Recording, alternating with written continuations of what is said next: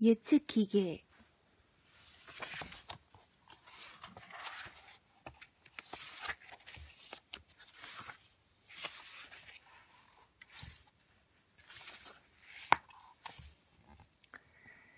다음 이야기가 낯선 풍경이라면 곧 익숙해질 것이다.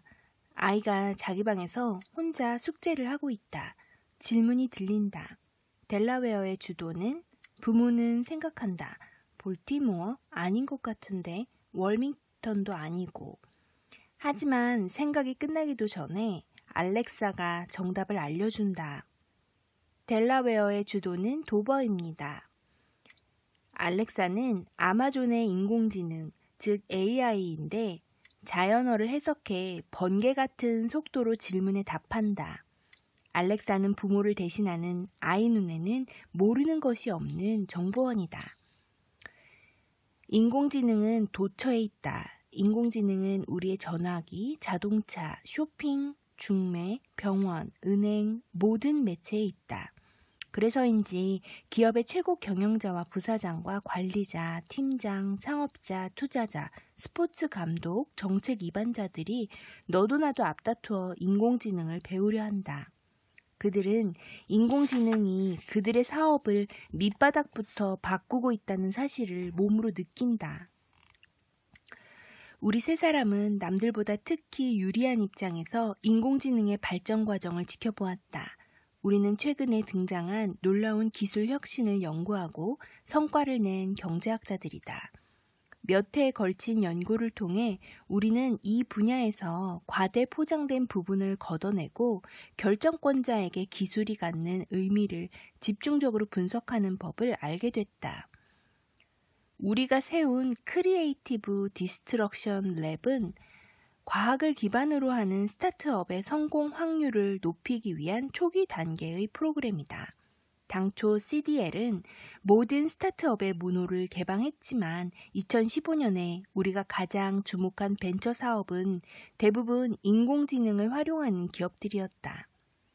세 번째 해인 2017년 9월 현재 CDL은 세계 어느 곳보다 인공지능 스타트업이 가장 많이 모인 프로그램으로 손꼽힌다. 그 결과 이 분야의 많은 리더들이 CDL에 참가하기 위해 주기적으로 토론토를 찾는다. 예를 들어 아마존의 알렉사를 가동하는 인공지능 엔진의 초기 투자자 중 한 사람인 윌리엄 턴스톨페도는 8주에 한 번씩 영국 케임브리지에서 토론토로 날아와 우리와 합류한다. 샌프란시스코에 기반을 둔 바니 펠도 마찬가지다. 그는 한때 미국 항공우주국에서 85명으로 구성된 팀을 이끌고 처음으로 인공지능을 우주 멀리 날려보낸 적이 있다. CDL이 이 분야를 장악할 수 있었던 데는 토론토라는 입지도 한몫했다. 토론토는 최근 인공지능에 대한 각별한 관심을 불러일으킨 머신러닝 분야의 주요한 발명들이 태동되고 육성된 곳이다. 예전에 토론토 대학교의 컴퓨터 학부에 기반을 두었던 전문가들은 요즘 페이스북과 애플 그리고 일론 머스크의 오픈 AI 등 세계 굴지의 산업 인공지능 팀들을 이끌고 있다. 우리는 인공지능이 곳곳에서 활용되는 모습을 지켜보면서 이런 기술이 사업 전략에 미치는 영향에 특히 초점을 맞춰 연구했다. 앞으로 설명하겠지만 인공지능은 예측 기술이고 예측은 의사결정에 필요한 입력 데이터이며 경제학은 결정의 기초가 되는 트레이드 오프를 이해하는 데 필요한 완벽한 프레임워크를 제공한다.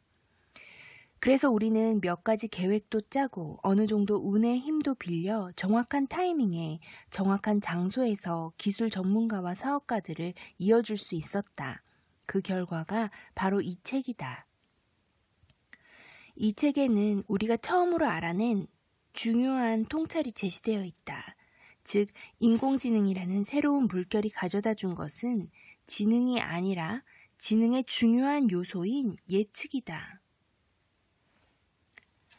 아이가 질문을 했을 때 알렉사가 했던 것은 소리를 듣고 아이가 한 말을 예측한 다음 그 말이 찾고 있는 정보가 무엇인지 예측하는 행위였다.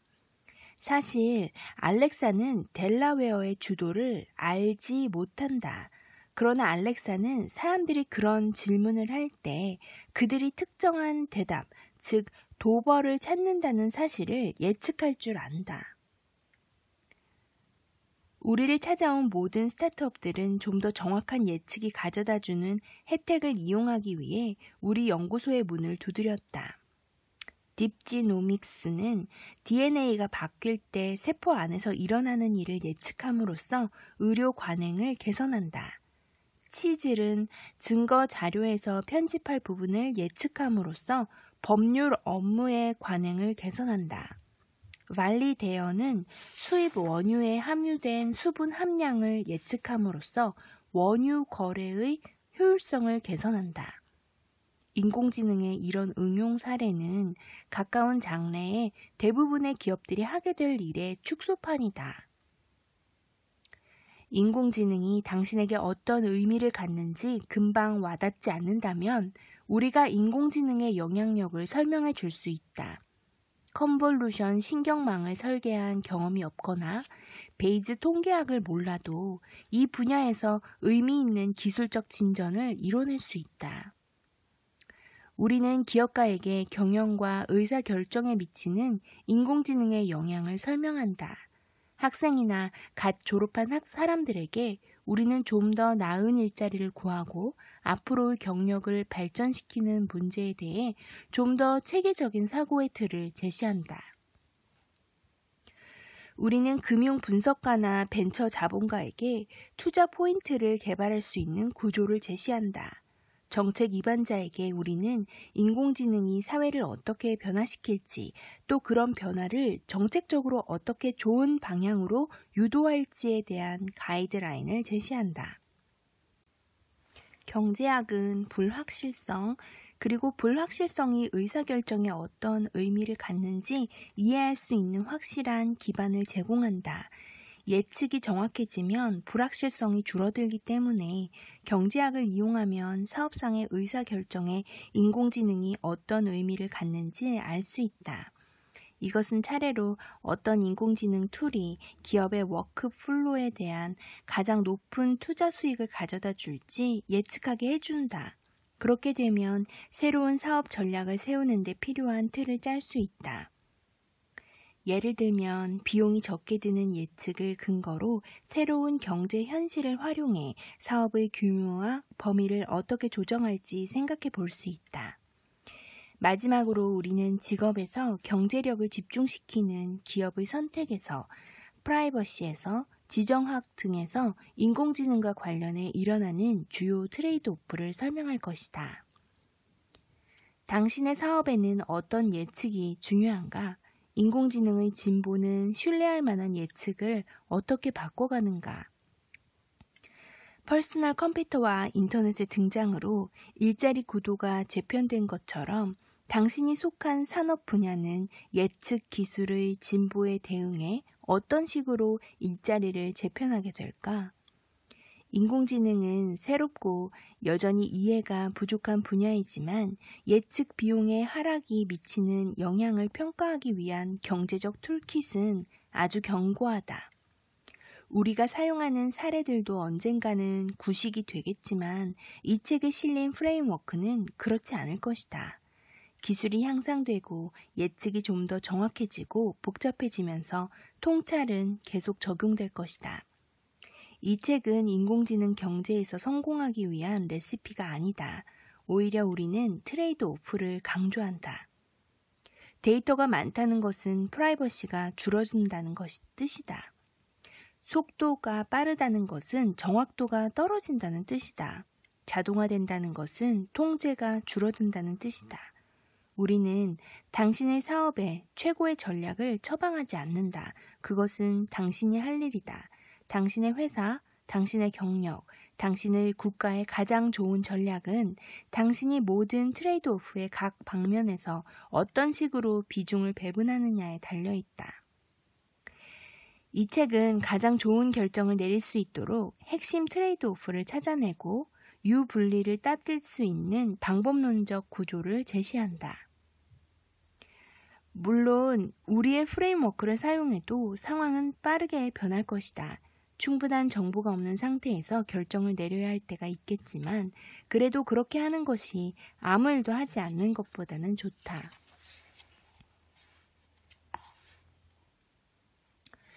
누구든 인공지능 모멘트를 경험해 봤을 것이다.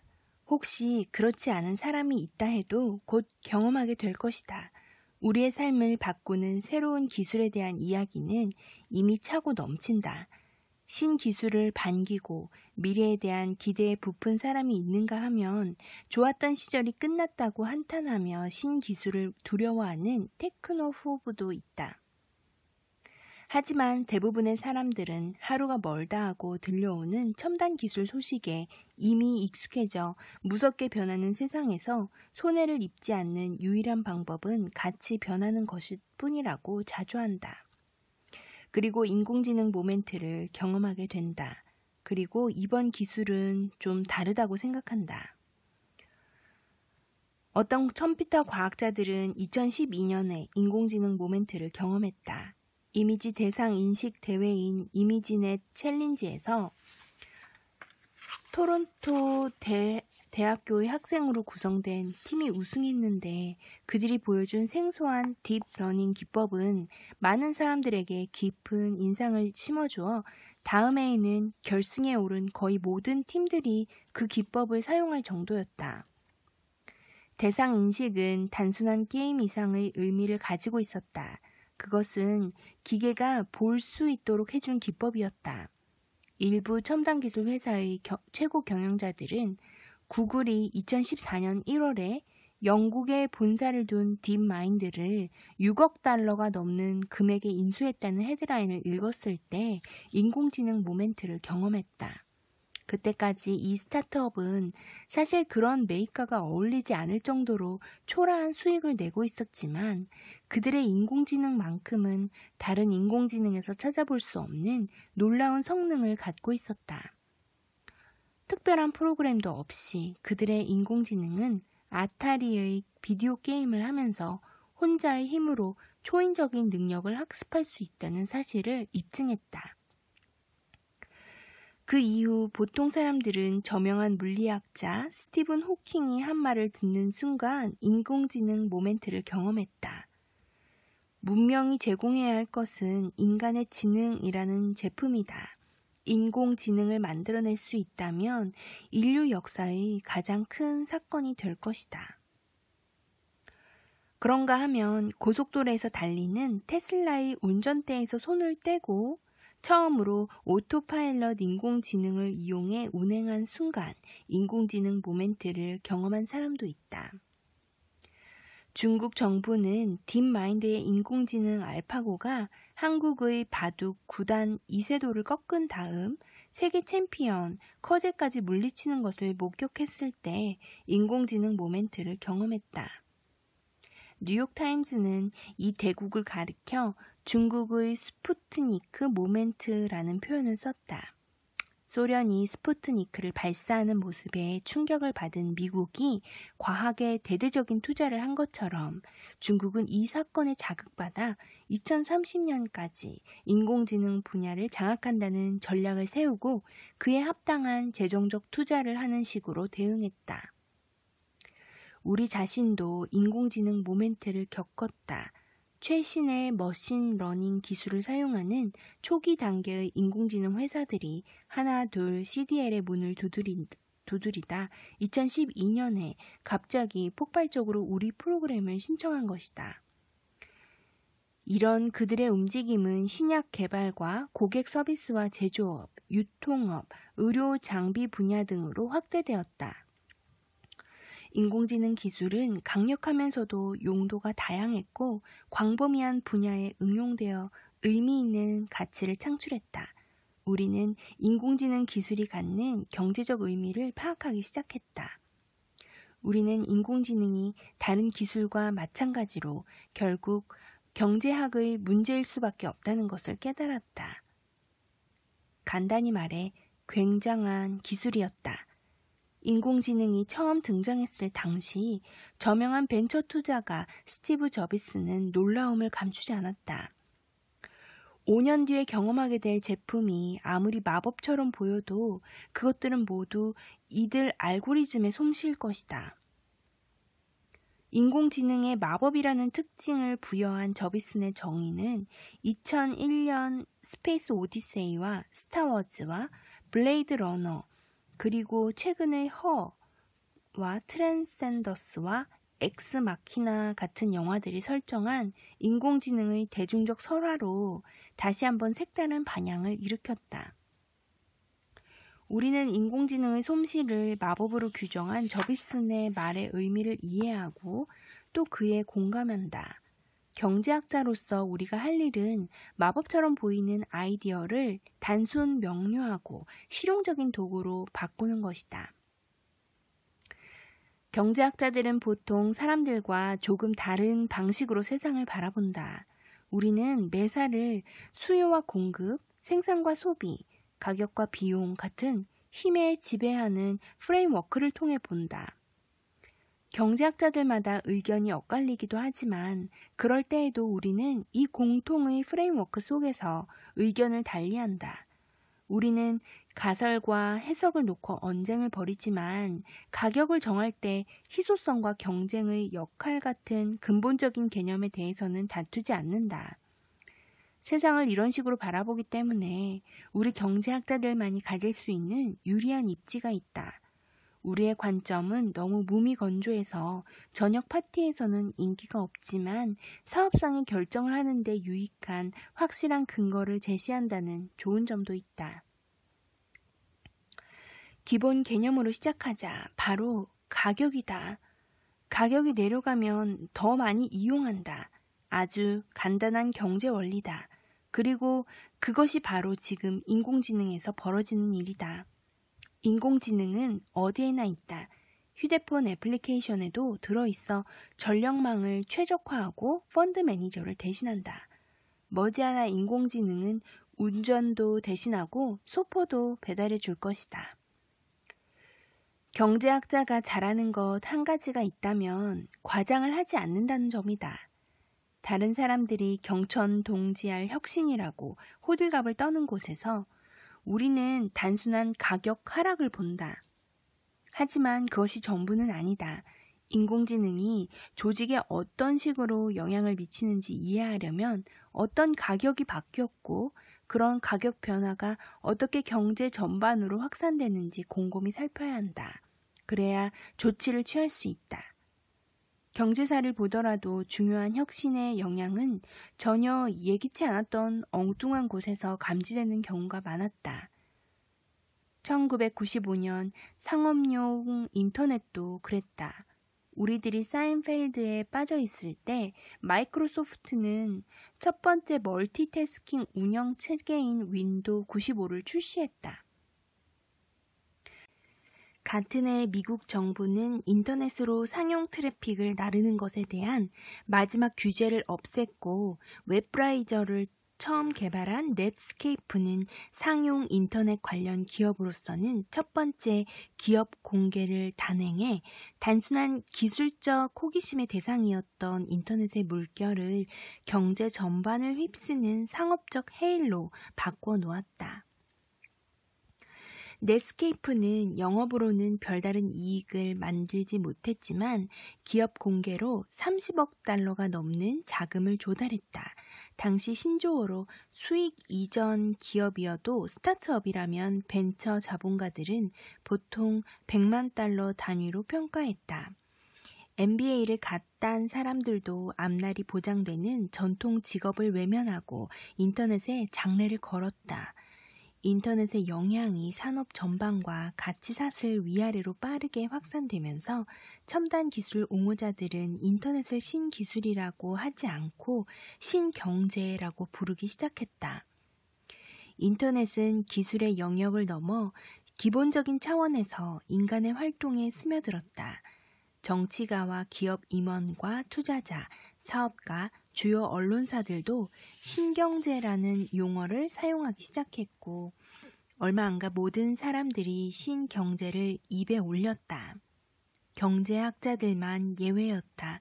우리는 신경제도 신경제학도 보지 못했다. 경제학자에게 그것은 통상적인 구경제와 다르지 않았다. 하지만 중요한 변화가 일어난 것만은 확실했다. 재화와 서비스가 디지털로 보급되었다. 커뮤니케이션도 쉬워졌다. 검색 버튼 하나만 클릭하면 정보가 튀어나왔다. 그러나 이 모든 것은 예전에도 했던 것이다. 달라진 점이 있다면 그런 행위들을 싼 값으로 할 수 있게 되었다는 것뿐이었다. 인터넷의 등장으로 유통과 통신과 검색 비용이 크게 떨어졌다. 기술의 진보를 비싼 것에서 싼 것으로, 희귀한 것에서 풍요로운 것으로의 변화로 다시 정의하게 되면 그것이 사업에 미칠 영향을 다시 생각할 수밖에 없었다. 그 때문에 기술에 대한 새로운 정의는 매우 중요한 의미를 갖게 되었다. 구글이 처음 등장했을 때를 기억하는 사람이라면 정보에 접근할 수 있는 마법 같은 능력에 얼마나 황홀했는지 생각날 것이다. 경제학자의 눈으로 보면 구글은 검색을 값싸게 만든 것이다.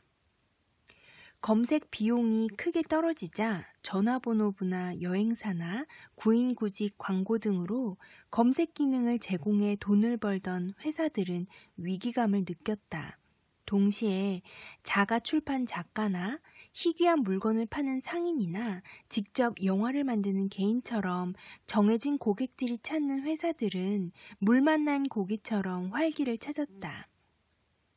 어떤 활동에서 이런 상대적 비용의 변화는 몇몇 기업들의 사업 모델에 큰 영향을 미쳤고 심지어 일부에서는 산업의 형태마저 변형시켰다. 그러나 경제 법칙은 달라진 것이 없었다.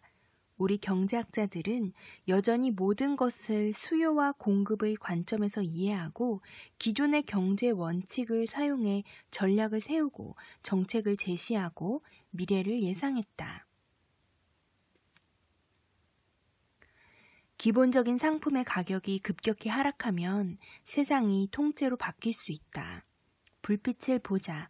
아마도 여러분은 지금 이 책을 어떤 인위적인 불빛 아래에서 읽고 있을 것이다. 더구나 책을 읽는데 그런 인위적인 빛을 사용하는 것이 어느 정도 가치가 있는 일인지는 생각해 본 적도 없을 것이다. 빛은 값이 아주 싸서 얼마든지 써도 될 만큼 풍부하다. 그러나 경제학자 윌리엄 노드하우스가 조사한 바에 따르면 1800년대 초에 빛은 지금보다 400배 비쌌다. 그런 가격이라면 비용을 생각하지 않을 수 없고 따라서 이 책을 읽기 전에 정말 그런 인위적인 빛을 사용해야 하는지 다시 한번 망설였을 것이다. 빛의 가격이 꾸준히 하락하는 바람에 세상은 훨씬 밝아졌다. 빛의 가격이 하락하면서 밤이 낮으로 바뀌었을 뿐 아니라 자연광이 들어오지 않는 커다란 건물에서도 정상적으로 생활하고 일할 수 있게 되었다. 인위적인 빛의 비용이 거의 공짜 수준으로 내려가지 않았다면 오늘날 우리가 가지고 있는 것들은 대부분 존재하지 않았을 것이다. 기술의 변화는 한때 비쌌던 것을 싸게 만든다. 빛의 비용이 크게 떨어지다 보니 그것을 써야 할지 말아야 할지 고민하던 사람들도 아무런 망설임 없이 전기 스위치에 손을 뻗게 되었다. 그런 의미 있는 가격 하락은 한 번도 해본 적이 없는 일을 할 기회를 만들어냈다. 불가능했던 일을 가능한 일로 바꾼 것이다. 그래서 경제학자들은 자연스레 빛 같은 기본적인 투입원의 대폭적인 가격 하락에 담긴 함축적 의미에 매달린다. 값이 더 싼 빛을 만들어냈을 때의 충격 중에는 상상하기 쉬운 것도 그렇지 않은 것도 있다. 인위적인 빛이든 증기력이든 자동차든 컴퓨팅이든 신기술이 어떤 것의 가격을 떨어뜨렸을 때 무엇이 영향을 받을지 늘 뚜렷하게 드러나는 것은 아니다. 스탠퍼드 대학교의 경제학자이자 우리의 멘토인 팀 브레스나한의 말에 따르면 컴퓨터는 연산을 할 뿐 그 이상은 아무것도 못한다. 컴퓨터의 출현과 상용화로 연산 비용은 크게 내려갔다. 연산 비용이 싸지면서 우리는 연산을 기존의 용도로 더 많이 응용했을 뿐 아니라 음악처럼 원래 연산과 관련이 없던 분야에서도 연산을 사용했다. 이런 가능성을 처음 간파한 인물은 최초의 컴퓨터 프로그래머로 알려진 에이다 러브레이스였다. 1800년대 초에 매우 비싼 불빛 아래에서 일을 했던 그는 찰스 베비지가 설계한 아직은 이론에 머물러 있던 컴퓨터로 베르누이 수를 계산하기 위한 프로그램을 작성했다. 기록상 최초의 컴퓨터 프로그램이었다. 베비지는 경제학자이기도 했다. 앞으로 보게 되겠지만 이후로 경제학과 컴퓨터 과학은 수시로 그 영역이 교차된다. 러브레이스는 연산이 현대 스타트업 전문 용어로 확장성을 가질 뿐 아니라 훨씬 더 많은 일을 할 수 있다는 것을 알았다. 그는 컴퓨터 프로그램의 용도를 수학적 연산에만 한정시킬 필요가 없다고 생각했다. 예를 들어 화음과 작곡의 과학에서 음의 높낮이의 기본적인 관계가 그런 표현과 각색의 여지를 남긴다면 분석기관은 정교하고 과학적인 어떤 복잡한 음악 작품도 작곡할 수 있을 것이다. 컴퓨터가 발명되기 전이었지만 러브레이스는 연산 기계가 예술과 인간성을 규정하는 형식적 음악을 저장하고 재생할 수 있다는 것을 알았다. 그리고 실제로 그런 일이 일어났다. 한 세기 반 뒤에 연산 비용이 크게 떨어지자 사람들은 그동안 꿈도 꾸지 못했던 갖가지 방식으로 연산을 활용하기 시작했다. 연산은 아주 많은 작업에 입력되는 중요한 데이터였기 때문에 빛처럼 값이 싸진 연산은 세상을 밑바닥부터 바꿔나갔다. 어떤 대상을 순전히 비용의 관점으로 환원하면 더 쉬워진 과대 포장을 걷어낼 수 있다. 물론 그렇게 하면 최신 기술에 대한 흥미는 반감될 수도 있다. 스티브 잡스가 새로운 계산기를 발표하는 모습을 본 사람은 없을 것이다. 하지만 사실 그가 평생 한 것은 바로 그런 일이었다. 잡스의 새로운 계산기는 어떤 중요한 것의 비용을 줄임으로써 세상의 모습을 크게 바꿨다. 그 덕에 인공지능으로 통하는 길이 크게 단축되었다. 인공지능은 어떤 중요한 것의 비용을 크게 줄이기 때문에 경제적 의미가 크다. 바로 생각할 수 있는 것은 지력이나 논리나 사고 등이다. 생각할 필요를 없애주는 스타트rek의 친절한 컴퓨터처럼 어디에나 있거나 형체가 없는 로봇을 생각할 수도 있다. 러브레이스도 같은 생각이었지만 그는 곧 그런 생각을 버렸다. 적어도 컴퓨터는 무엇을 독창적으로 해내지는 못한다. 우리가 제대로 된 방식으로 명령하면 무엇이든 해낸다. 그뿐이다. 컴퓨터는 분석을 따르지만 어떤 분석적 관계나 진실을 예상하는 능력은 없다. 인공지능이라는 개념은 갖가지 과정과 논리로 뒤덮여 있지만 나중에 앨런 튜링이 언급한 러브레이스 백작 부인의 반론은 여전히 유효하다. 컴퓨터는 여전히 생각할 줄 모르고 따라서 생각의 값은 금방 내려가지 않을 것이다. 그러나 값이 내려가면 흔해지기 때문에 사람들은 아마도 연산처럼 인공지능이 얼마나 흔하게 될지, 그리고 인공지능의 가격 하락이 삶과 경제에 얼마나 많은 영향을 미치게 될지 상상도 하지 못할 것이다. 새로운 인공지능 기술은 무엇의 가격을 그렇게 떨어뜨릴까? 예측이다. 따라서 경제학자들의 말대로 우리는 훨씬 더 많은 예측을 사용하게 될 뿐 아니라 전혀 짐작하지 못한 곳에서 예측이 이루어지는 세상을 보게 될 것이다. 예측은 빠진 정보를 채우는 과정이다. 예측은 데이터라고도 불리는 지금 가진 정보를 활용해 가지고 있지 않은 정보를 만들어낸다. 인공지능에 관한 논의는 다양한 예측 기술을 강조하는데 그런 기술에는 알듯 말듯한 명칭이 붙는다. 분류, 군집, 회귀, 의사결정 트리, 베이즈 추론, 신경망, 위상 수학적 데이터 분석, 딥러닝, 강화학습, 심층 강화학습, 캡슐 네트워크 등이다. 이런 기술은 인공지능으로 특별한 예측을 하려는 기술자들에게 중요하다. 이 책에서 우리는 이런 방법론에 감추어진 수학을 상세하게 설명할 것이다. 무엇보다도 이런 방법들은 하나같이 예측에 관한 문제라는 점을 강조하고 싶다. 즉, 갖고 있는 정보를 이용해 갖고 있지 않은 정보를 만들어내는 문제다. 우리는 예측이 가치를 창출하는 상황을 찾아내고 그 예측으로부터 가능한 한 많은 혜택을 얻어내는 방법에 초점을 맞출 것이다. 예측의 비용이 내려가면 예측의 횟수가 늘어난다. 아주 단순한 경제학이다. 가격이 떨어지면 수요가 증가한다. 예를 들어 1960년대 컴퓨터 산업의 도약으로 연산 비용이 빠르게 내려가자 사람들은 이미 기존의 데이터로 연산을 하고 있던 여러 분야에서 더 많은 연산을 했다. 미국 인구조사국과 미국 국방부, 그리고 최근에 나온 영화 히든 피겨스의 무대가 된 미국 항공우주국 등이 그랬다. 나중에 사람들은 사진처럼 애당초 연산과 관련이 없는 분야에서도 값이 싸진 연산을 사용하기 시작했다.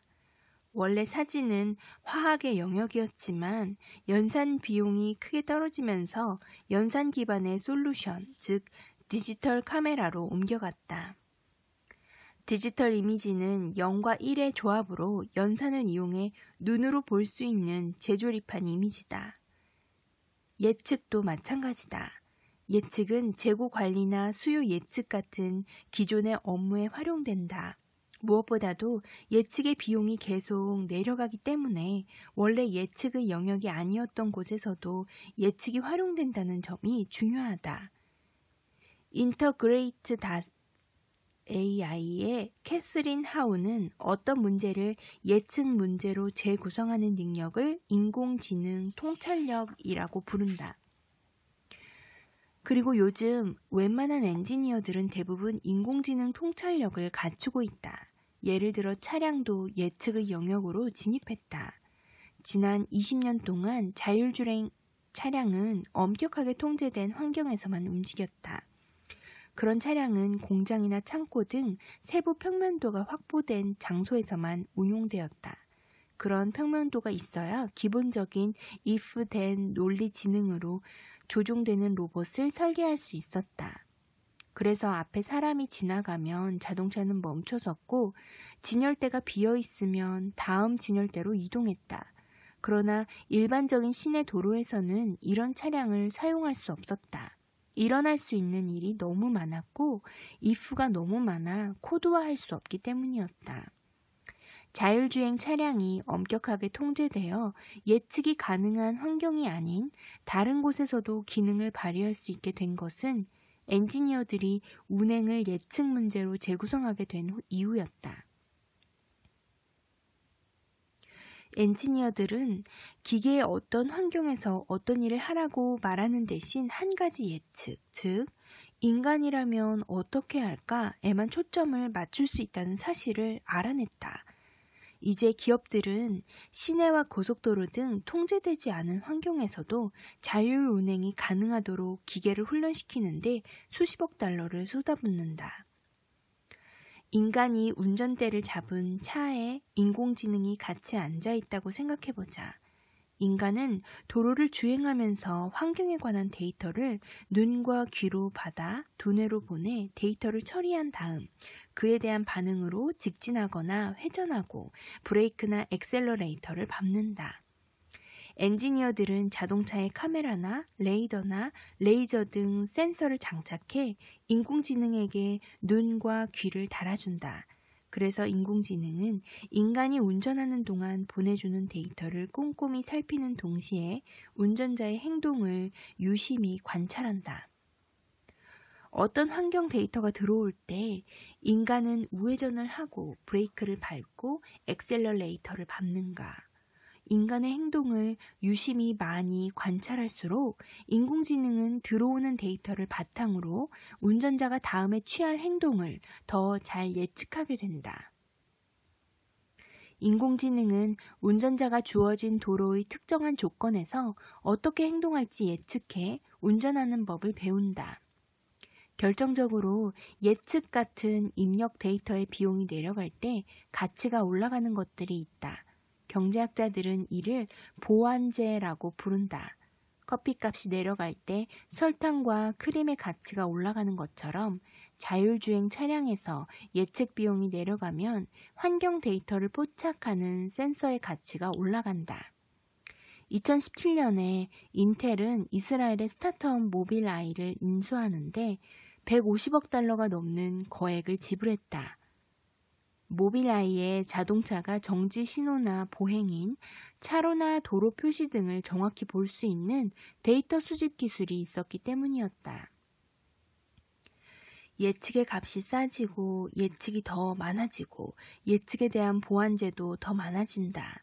이런 두 가지 간단한 경제적 요인을 바탕으로 예측 기계는 새로운 기회를 만들어낸다. 기본적으로 예측 기계는 예측하는 인간의 업무를 덜어주어 비용을 절약한다. 예측 기계의 가동률이 높아질수록 의사결정의 질은 꾸준히 향상된다. 그러다 예측의 정확도가 높아지고 신뢰할 만한 수준이 되는 순간 예측 기계는 조직의 일 처리 방식을 통째로 바꾼다. 일부 인공지능은 기업 경제에 매우 극적인 영향을 주기 때문에 당초 전략과 달리 더 이상 생산성을 높이는 용도로만 사용되지는 않을 것이다. 즉, 인공지능은 아예 전략 자체를 바꿀 것이다.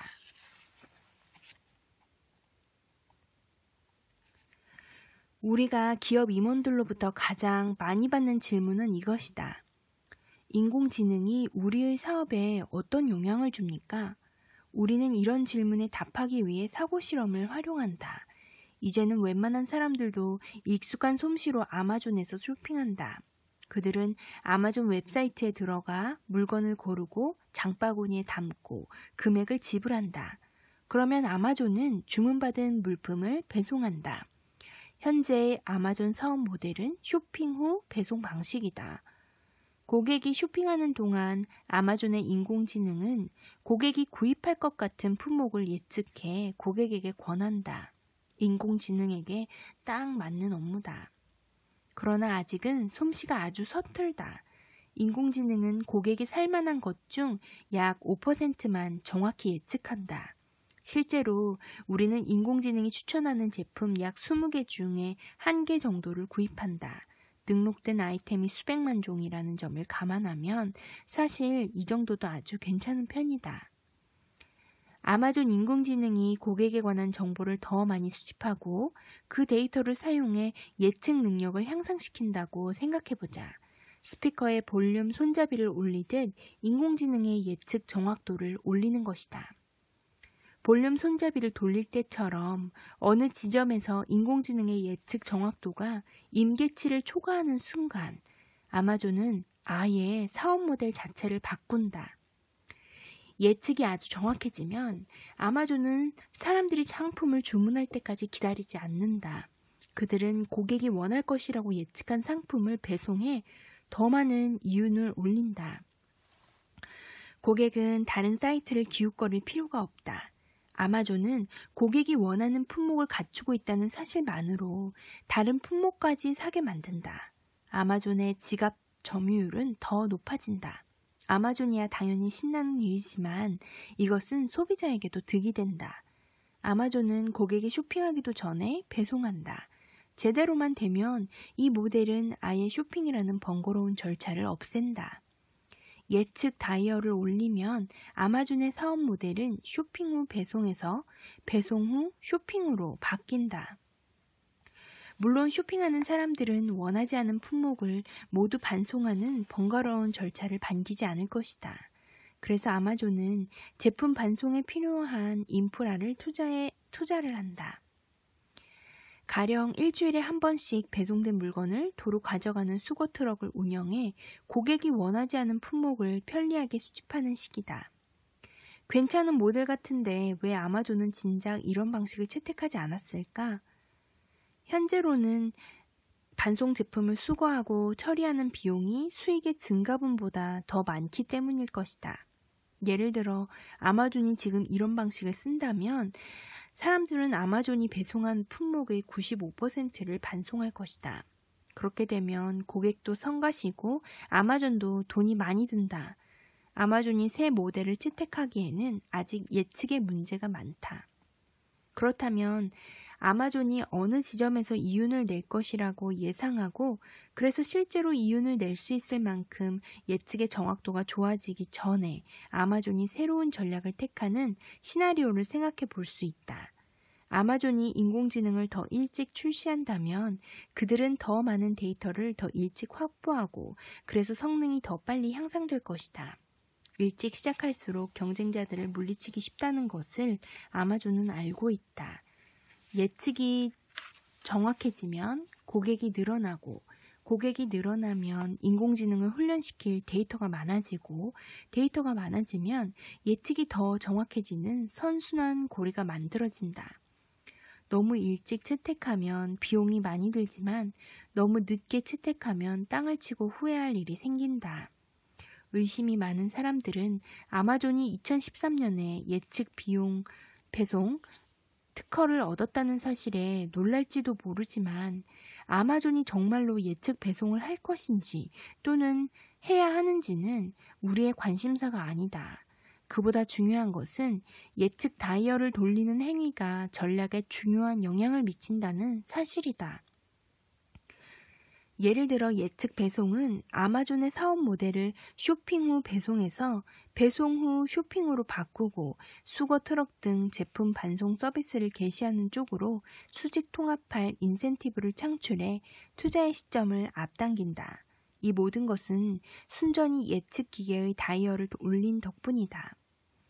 그렇다면 어떤 전략을 수립해야 하는가? 첫째, 자신의 사업 분야와 신기술의 적용을 위해 예측 기계의 다이얼을 얼마나 빨리, 얼마나 많이 올릴지에 대한 정보를 수집하는 데 투자해야 한다. 둘째, 다이얼을 돌렸을 때 창출되는 전략적 선택에 관한 의제를 개발하는 데 투자해야 한다. 이런 SF를 연습하는 기분으로 눈을 감고 예측 기계의 다이얼을 손으로 잡은 다음 영화 이것이 스파이널 탭이다에 나오는 유명한 대사처럼 11까지 돌려보라.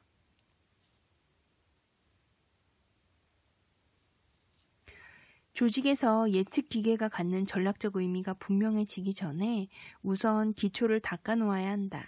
바로 그런 이유 때문에 이 책도 바닥부터 피라미드를 쌓아 올리는 방식으로 구성했다. 일부에서는 기초를 닦은 다음 예측의 정확도를 높이는 머신러닝의 원리를 설명한다. 그런 다음 이런 진전이 학교에서 배웠거나 회사의 분석가들이 이미 활용하고 있는 통계학과 어떻게 다른지 설명할 것이다. 그 다음으로 예측과 데이터, 특히 정확한 예측을 하는 데 필요한 데이터에 대한 주요 보완제를 생각해보고 그것을 확보해야 할지 판단하는 법을 설명할 것이다. 마지막으로 언제쯤 예측 기계의 성능이 인간을 뛰어넘을지 그리고 언제쯤 사람과 기계가 함께 손을 잡고 훨씬 정확한 예측을 시도하게 될지 알아볼 것이다. 2부에서는 우리는 의사결정에 투입할 입력 데이터로서 예측의 역할을 설명하고 인공지능 커뮤니티가 그동안 소홀히 다루었던 또 다른 보완제인 판단의 중요성을 강조할 것이다. 예측은 불확실성을 줄여 결정을 용이하게 하는 반면 판단은 가치를 평가한다. 경제학자들의 말을 빌리면 판단은 득실이나 효용성이나 보상이나 이윤을 결정하는 기술이다.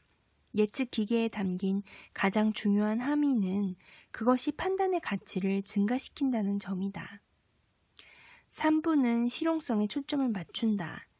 인공지능 틀은 예측 기계의 효용성을 높인다.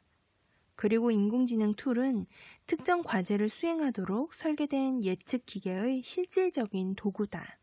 우리는 사람들이 인공지능 툴을 구축하거나 구입해 최고의 투자 수익률을 낼 시점을 파악하는 데 도움을 줄 3단계 과정을 간단히 설명할 것이다.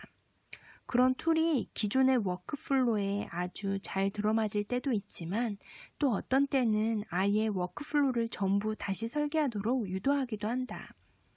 그 과정에서 우리는 인공지능 툴의 핵심적 특징들을 구체적으로 드러내주는 중요한 장치를 소개할 것이다.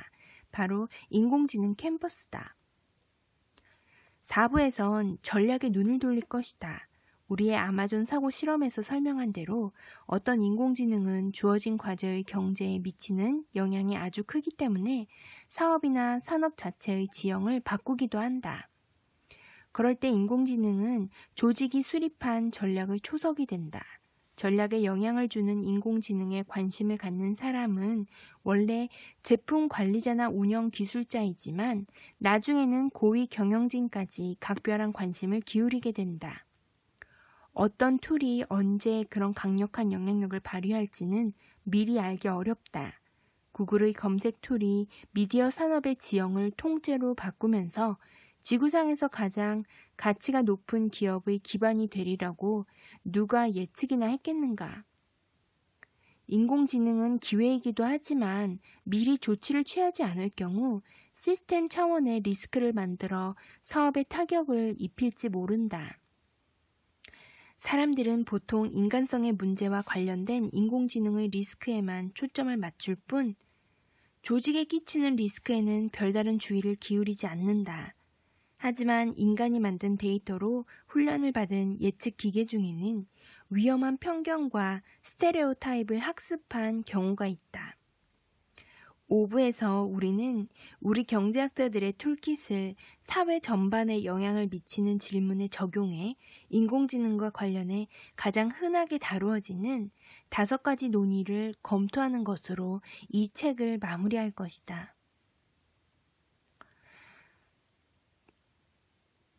그때에도 직업들이 존재할까? 그렇다. 인공지능은 불평등을 더욱 심화시킬까? 아마도 그럴 것이다. 몇몇 거대 기업이 모든 것을 지배하게 될까? 경우에 따라서는 그럴 수도 있다. 국가들은 국내 기업의 경쟁적 우위를 확보하기 위해 기준 완화 정책을 입안하고 프라이버시와 보안을 소홀히 하게 될까? 어느 정도는 그럴 것이다. 세상에 종말이 올까? 그래도 이 책에서 쓸만한 가치를 이끌어낼 시간은 많다.